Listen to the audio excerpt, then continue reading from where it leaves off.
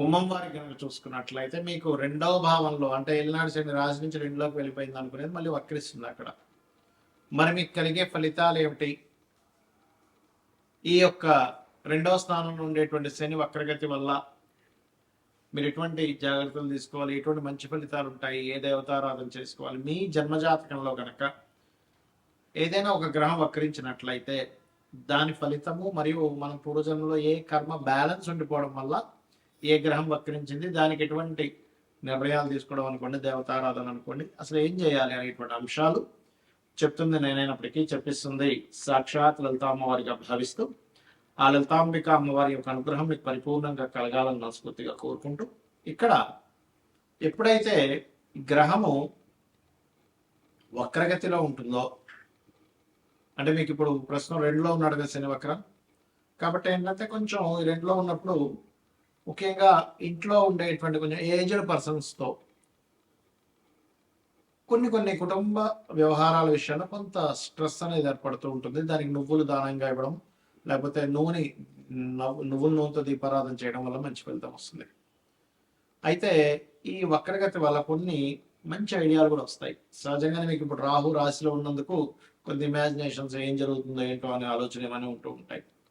So ఎప్పుడైతే ఈ యొక్క శని రెండవ భావంలో వక్రిస్తున్నాడో, సినిమా ఫీల్డ్లో ఉండేటువంటి వారికి, కవులకి, అదేవిధంగా గతంలో ఏవైతే షేర్ మార్కెట్లో ఇన్వెస్ట్మెంట్ చేశారో వాటికి సంబంధించిన విషయంలో కొంత పాజిటివ్ ఫలితాలు కూడా వస్తాయి. అయితే ఇక్కడ శని ధనస్థానంలో ఉండి వక్రిస్తూ అక్కడి నుంచి సప్తమ స్థానం అయినటువంటి కన్యారాశిని చూస్తాడు. మీరు శుక్రకేతువులు కలిసి సప్తమంలో ఉంటున్నారు కాబట్టి వివాహ నిర్ణయాలు ఎట్టి పరిస్థితుల్లో మీరు ఆగస్టు 2 లోపల తీసుకోకూడదు. ఆగస్టు 2 నుంచి ఎప్పుడైతే శని దృష్టి కన్య మీద ఉంది, ప్లస్ శుక్రుడు అక్కడికి వస్తున్నాడు కాబట్టి ఆ సమయంలో తాతగారు ఆస్తి విషయంలోని, షేర్ మార్కెట్ విషయాల్లోని, కాస్త వాహనాల మీద వెళ్ళేటువంటి అంశాల మీద కాస్త జాగ్రత్తగా ఉండాలి, గుర్తుపెట్టుకోండి. భృగునందనాడి అనేటువంటి శాస్త్రం పరంగా ఒక గ్రహం వక్రించి ఉంది మీ పర్సనల్ చార్ట్లో అనుకుంటే అది ఊరికనే వక్రించడం అని కాదు. మీరు ఆ సమయంలో ఎందుకు పుట్టారు అంటే గురువు వక్రించాడు, లేదా శని వక్రించాడు, శుక్రుడు, బుధుడు లేదా కుజుడు వక్రించాడు, మిగతా రాహుకేతువులు, రవిచంద్రులు అయితే వక్రించడం చెప్పారు. అయితే ఒకవేళ వక్రించిన నక్షత్రంలో ఉంటే అప్పుడు మళ్ళీ దాని ఫలితం వేరే ఉంటుంది. అయితే ఇక్కడ ఉదాహరణకి మనం శనిదే తీసుకుందాం. ఎవరి పర్సనల్ చార్ట్లో అయినా శని గ్రహం కనుక వక్రించినట్లయితే రూల్ నెంబర్ 1, అది ఏ రాశిలో ఉండి వక్రించింది, వక్రించినప్పుడు వెనక రాశి ఫలితాలు ఇస్తుంది. వెనక రాశుల్లో 1, 5, 9 ఏ గ్రహాలు ఉన్నాయి ఇది చూడాలి. దీనివల్ల మీకు ఆ వక్రించడం వల్ల సహజంగా ఏంటంటే మనం చూడండి, ఏదైనా శని ముఖ్యంగా అందులో పర్టికులర్గా శని భగవానుడు కనుక వక్రించినట్లయితే మీరు కెరియర్ కోసం మీ లైఫ్లో ఒక మంచి కెరియర్ రావాలంటే ఉన్న ప్లేస్ నుంచి మారాలని చెప్తుంది.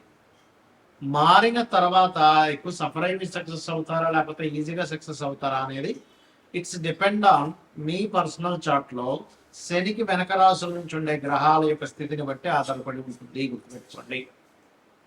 వక్రించి ఉచ్చ స్థానంలోకి వెళ్తున్నాడు, వక్రించి నీచంలోకి వెళ్తున్నాడు. ఇప్పుడు ఉదాహరణకి శని వృషభంలో ఉండి వక్రించి నీచంలోకి వెళ్తున్నాడు, ఇట్స్ నాట్ గుడ్. బట్ అదే ధనస్సులో ఉండే వృశ్చికంలో ఉండే శని వక్రించాడు, అప్పుడు ఉచ్చ స్థానంలోకి వెళ్తాడు.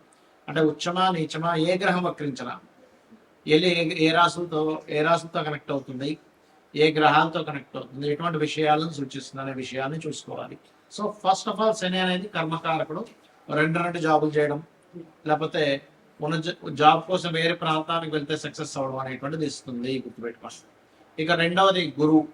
మీ జన్మజాతకంలో గురువు వక్రించాడు అంటే గురుసేవ బ్యాలెన్స్ ఉండిపోయింది. ఇక్కడ పూర్వజన్మల్లో మనం ఎక్కడో గురువుకి సమ్ మిస్టేక్స్ చేసాం, అజ్ఞానంలోనో ఏదో భయపడుతూనో సంథింగ్ ఎక్కడో మిస్టేక్ జరిగింది.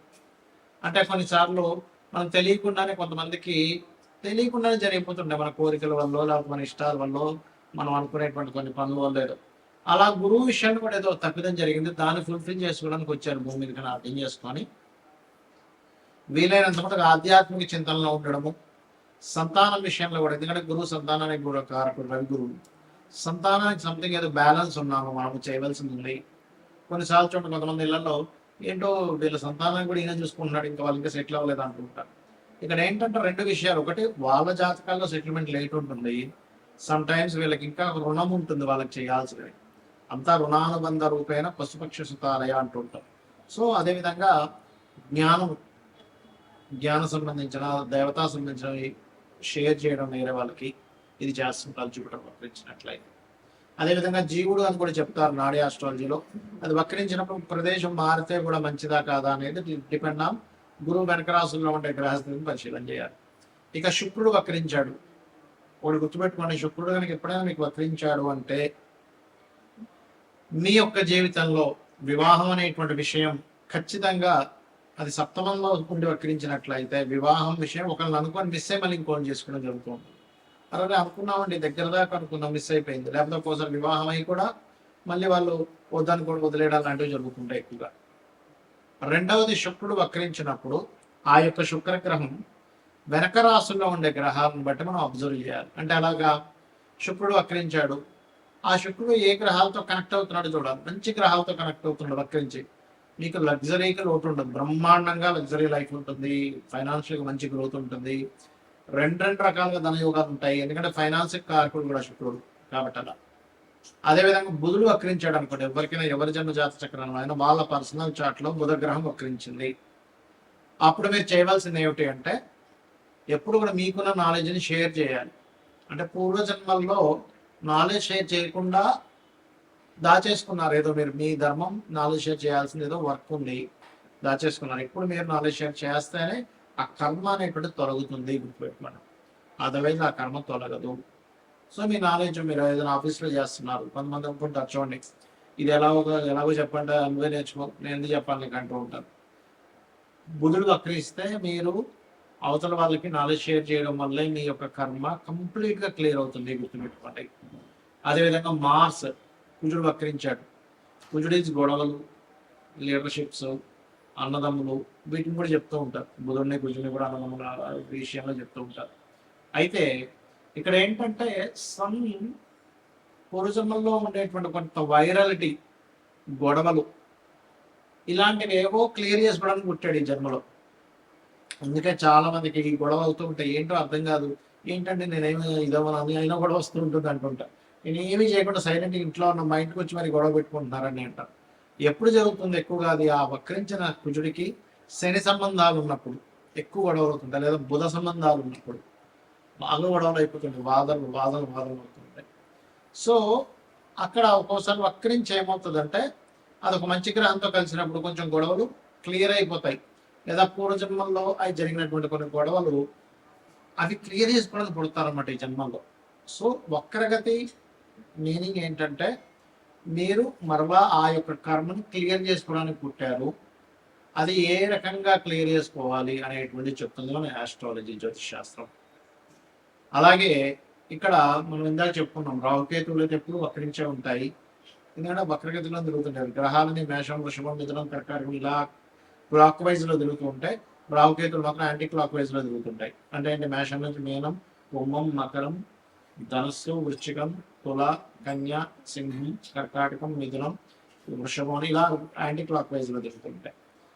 అయితే వీటికి సహజంగానే వక్ర స్థానంలో ఉన్నది కూడా ఏదైనా వక్రగ్రహం నక్షత్రాల్లో ఉన్నప్పుడు మళ్ళీ ఇది కొంచెం డిఫరెంట్గా యాక్ట్ చేస్తూ ఉంటుంది. రవిచంద్రుడు కూడా వక్రించిన నక్షత్రాల్లో ఉన్నప్పుడు మాత్రం తల్లికి, అంటే చంద్రుడు వక్రించిన నక్షత్రంలో ఉంటే తల్లికి ఏదో ఈ జాతకుడు రుణపడి ఉన్నాడు, లేదా రవి వక్రించిన నక్షత్రంలో ఉంటే తండ్రికి రుణపడి ఉన్నాడు. తల్లిదండ్రులకు సహజంగానే రుణంలో ఉంటాం మనం, కానీ ఇంకా అసలు ఎక్కువ రుణపడి ఉన్నాము, వాళ్ళకి ఎక్కువ సేవ చేయాలి, దానికోసమే జన్మెత్తావు అనే ఒక విషయాన్ని మనం అర్థం చేసుకోగలగాలి.